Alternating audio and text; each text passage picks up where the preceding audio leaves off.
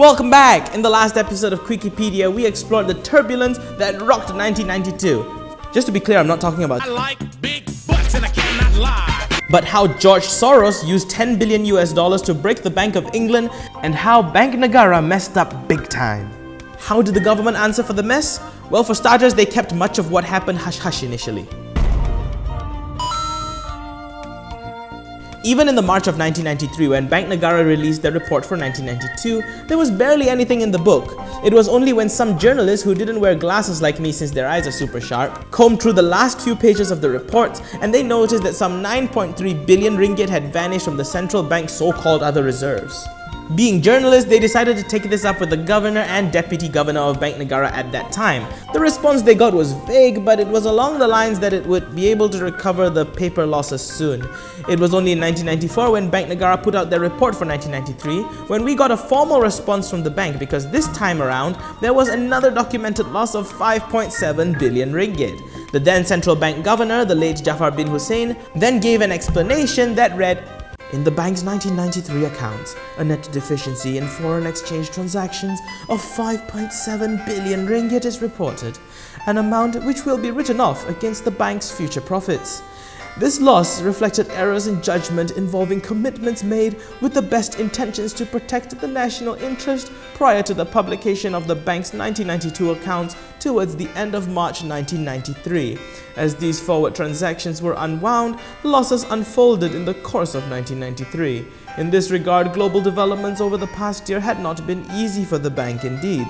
They made it increasingly difficult for the bank to unwind these positions without some losses. For the most part, time was not on the bank's side. Nevertheless, this exercise is now complete. There is at any time no more contingent liability on the bank's forward foreign exchange transactions on this account. An unfortunate chapter in the bank's history is now closed."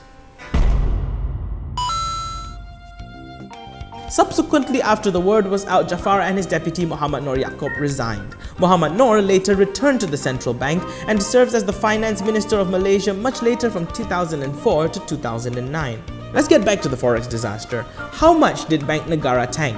As mentioned before, or rather as not mentioned before, the government never really gave an official statement on the matter, but in accordance with the central bank's financial records, in a recent article by The Edge, it is estimated that the damage appears to be at least 15 billion ringgit.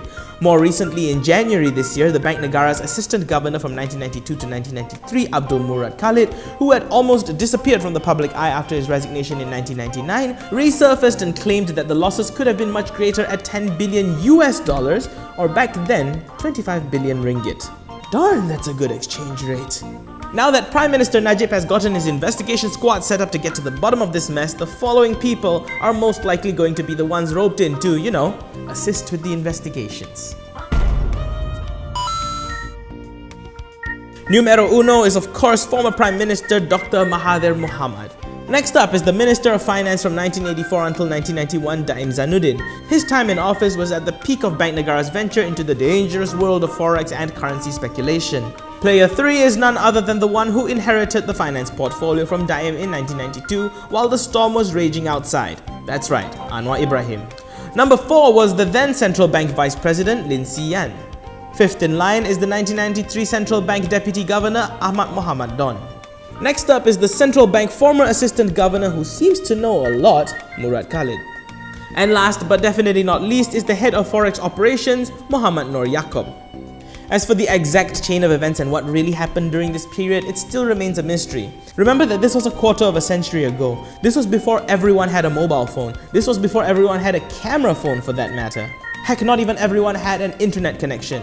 You feel old now? Dr. Mahathir Mohamad, who now stands at the forefront of the Malaysian opposition to challenge the scandals surrounding the state-owned investment arm One Malaysia Development Berhad, when asked about the incident, had said that he started off well and that everything he did was in service to the nation. Is that good enough an explanation for this mess? Is writing off 25 billion ringgit as a loss from poor judgment acceptable? Tell me what you think in the comment section below.